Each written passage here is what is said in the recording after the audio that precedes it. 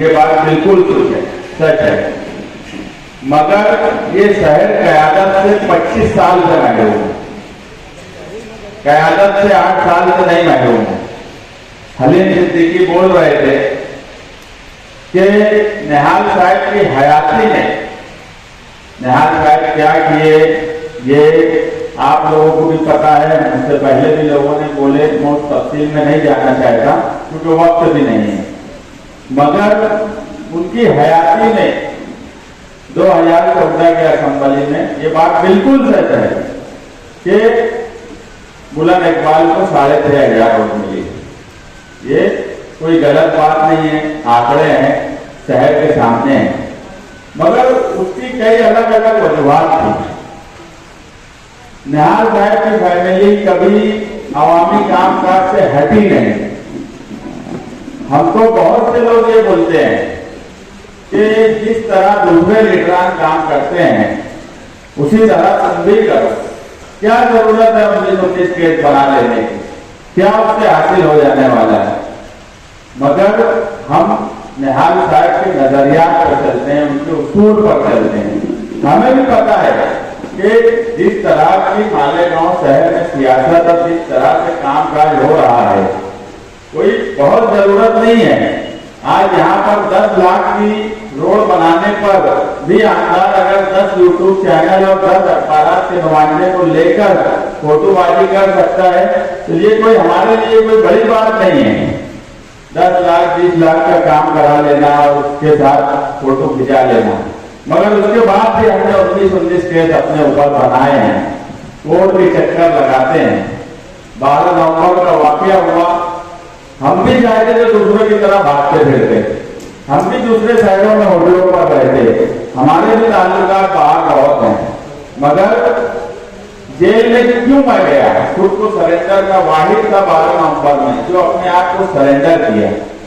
मुझे बाहर कोई मतलब था ऐसा नहीं है, लेकिन मेरे सामने उस वक्त मेरा खुद का सवाल नहीं था कि मुस्तकीम डिग्निटी, ये सवाल नहीं था।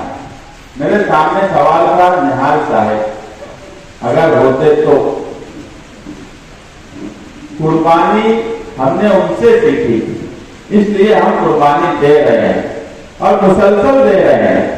हमको तरह तरह से मुखालिफिन तकलीफ देने का काम कर रहे हैं।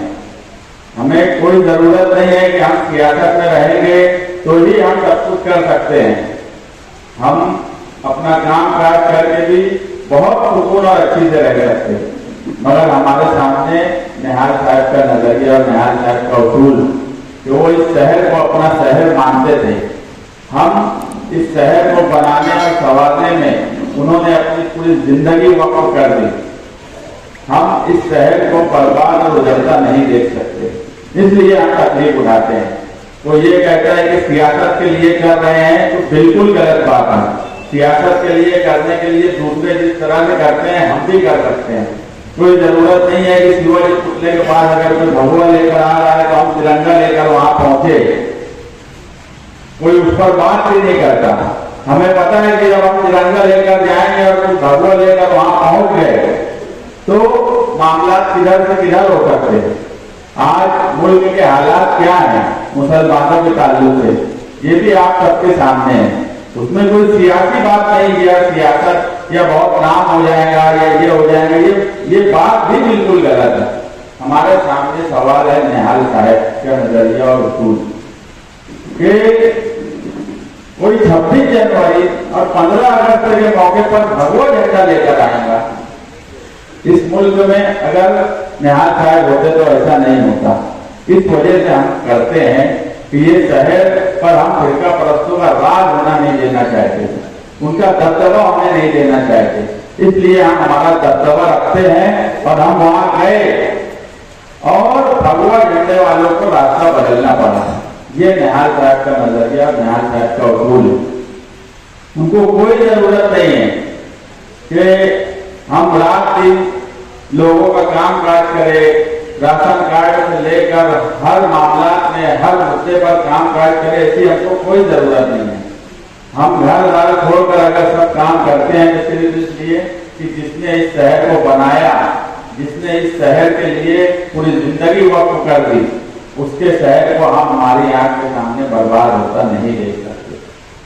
निहाल साहब की लड़की को कोई आज जरूरत नहीं है कि वो लोगों का बहुत दिन रात काम करे।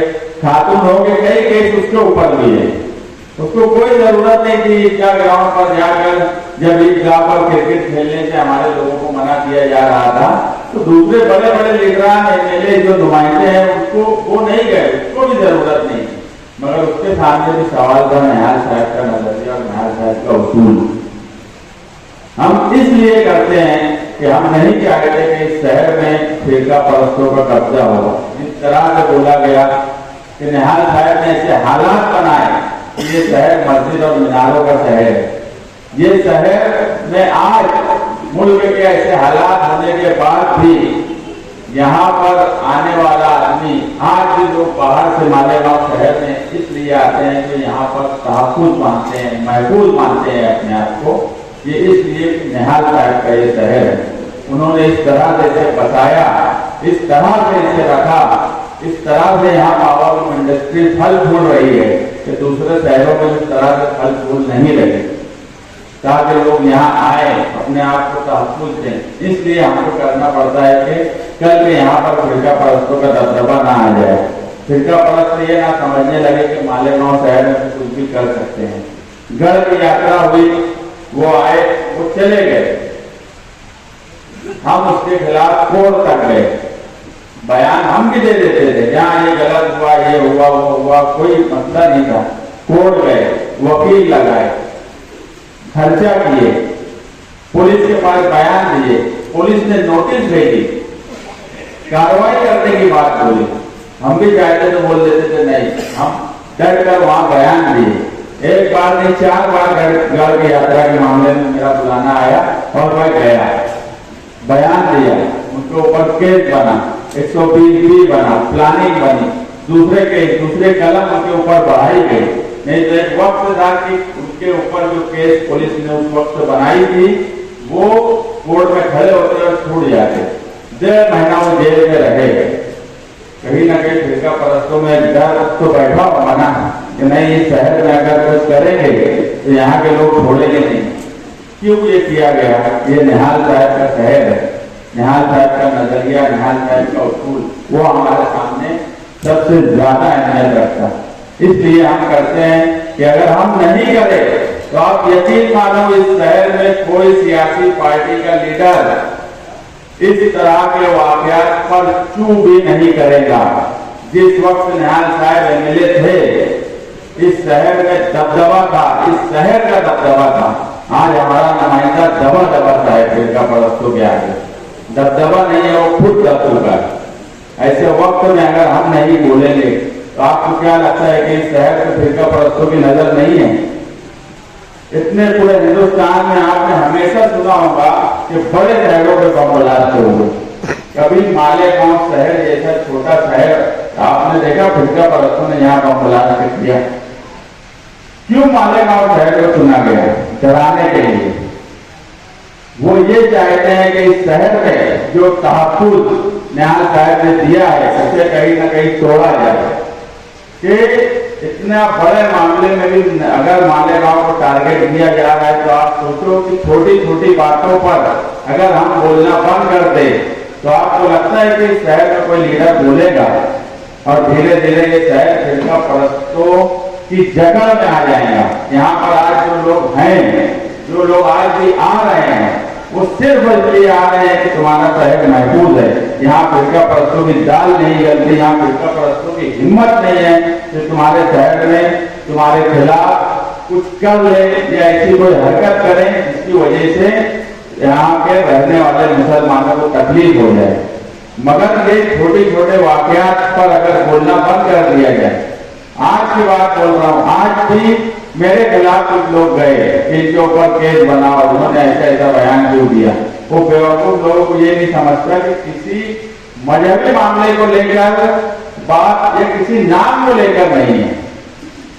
हमारे यहाँ सावित्रीबाई फुले गार्डन है, हमें कोई एतराज नहीं है, उनका काम ऐसा है, हम नाम में ही बिल्कुल खिलाफ हैं। जिस वक्त हम महेश नगर में रहने गए तो कुछ लोगों को ये लगा यहाँ रिजवान सर भी बैठे हैं, यार अब ये सियासी लोग आए, ये नाम तो नहीं तब्दील कर देंगे, कभी नाम तब्दील नहीं करेंगे। वो जो समाज का है, जो समाज का है, उन्होंने बताया है तो उनका ही रहेगा, मगर बात नाम की नहीं है, बात एक मजहब से जुड़ी हुई है। अगर किसी केंद्र का नाम हम मदरसा रख दें, कोई सरकारी काम काज जहां से हो रहा है उसका नाम हम मदरसा या मस्जिद इस तरह से नाम रख दें तो आप नहीं बर्दाश्त कर सकते।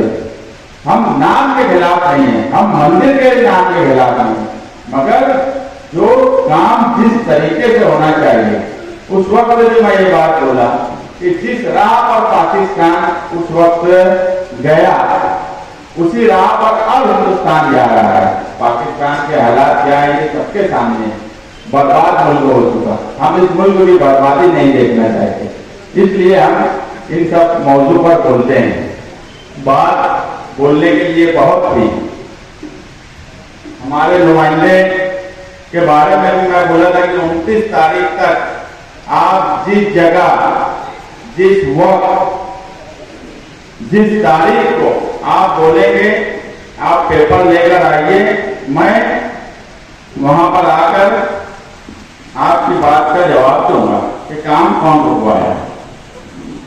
काम उनको करना ही नहीं आता, काम वो खुद रुकवाते हैं। मगर जलसे का मौजू जिस तरह से यहाँ तकरीरें हुई और बातचीत हुई, वो मौजू ऐसा नहीं है, कागज मैं भी लेकर आया हूँ, लेकिन इस पर मैं आज नहीं बात बोलूंगा, मैं इस पर आगे बात बोलूंगा, क्योंकि 29 तारीख हो गई, उन्होंने तो नहीं बुलाया, मेरे पास सारे कागजात हैं और ये शहर जानता है कि निहाली लोग कागज की कानूनी बात बोले, तहरीकी बात बोले तो वो सच होती है, उनकी बात का कोई जवाब कल के कांग्रेसी, आज के राष्ट्रवादी, इन्होंने कभी हमारी बात का जवाब नहीं दे पाया, कभी हमारी बात को झुठला नहीं पाया, तो ये क्या हमारी बात को झुठला पाएंगे।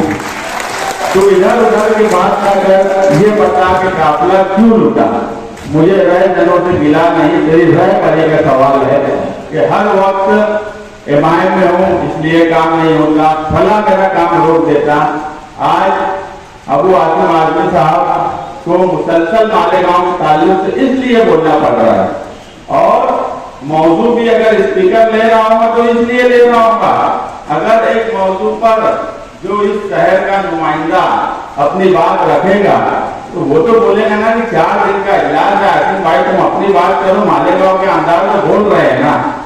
सरकार में बैठे हुए लोगों को भी ये बात समझ रही है कि मालेगांव का अंदाज कुछ मालेगांव के लिए नहीं बोलता है, इसलिए आसिम भाई को बार बार मालेगांव की नुमाइंदगी करने की जरूरत पड़ रही है और वो नुमाइंदगी कर रहे हैं। मैं तो हैरान हूं कि इनको हसद भी नहीं है। एक आदमी होता यार मेरा काम कोई दूसरा अगर करो तो मैं हसद में करने की कोशिश करूंगा, किस मुंह से ये लोगों में जाएंगे और अपनी बात रखेंगे। जब इलेक्शन आएगा तो किस मुंह से वोट मांगने जाएंगे। ना असेंबली में एक लफ्ज बोलते, ना फिरका परस्तों के खिलाफ एक बात बोलते, ना शहर में तरक्की का कोई काम किए, किस मुंह से ये वोट मांगने जाएंगे। मैं तो उस वक्त देखूंगा जब ये वोट क्या बोल के मांगेंगे। पार्टी के ताल्लुक से खुद बोल चुके कि पार्टी मेरी कोई काम की नहीं है, उससे काम नहीं होता, खुद कोई काम के नहीं है, खुद कोई काम आता नहीं। इनका जवाब कागज की शक्ल में ही दूंगा, मगर अभी ये मौजूद नहीं है। निहाल साहब को सच्चा कहला की हकीकत अगर कुछ है तो ये है कि आने वाले वक्त में इस शहर से बोलने वाला, पढ़ा लिखा, जिसको सियासी समझ हो, जिसको कानूनी समझ हो, जो दबा ना हो फिरका परस्तों के आगे, जो दबदबा बना के रखे, ऐसे नुमाइंदे को भेजने की इस शहर में जरूरत है और वही सच्चा खिलाड़ी हकीकत होंगे इस शहर के। मुझसे पहले कई मुकर्रिरीन ने कहा कि निहाल साहब जब थे उस वक्त काबिल लोगों को, गरीब लोगों को चुनकर लाया करते थे। ये रवायत 25 साल में खत्म हो गई। आज दूसरों की बात नहीं बोलता। इन 25 सालों में कौन ताकतवर है, कौन बड़ा चोर है, सियासी पार्टियां ये देखने लगी, किसके पास रुपया पैसा ज्यादा है, शक्ति है कि नहीं है। इस तरह की बात सोचकर टिकट दिया जाने लगा, इस तरह के लोगों को चुनकर दिया जाने लगा, इसलिए शहर का आज ये हाल है। हम जो है निहाल साहब की 8वीं बरसी पर 29 फरवरी 2024 को एक समाजवादी यूथ क्लब बनाने का ऐलान करते हैं। उस यूथ क्लब के जरिए हम पहले मरहले में कम से कम 100 यूथ क्लब अलग अलग बनाएंगे।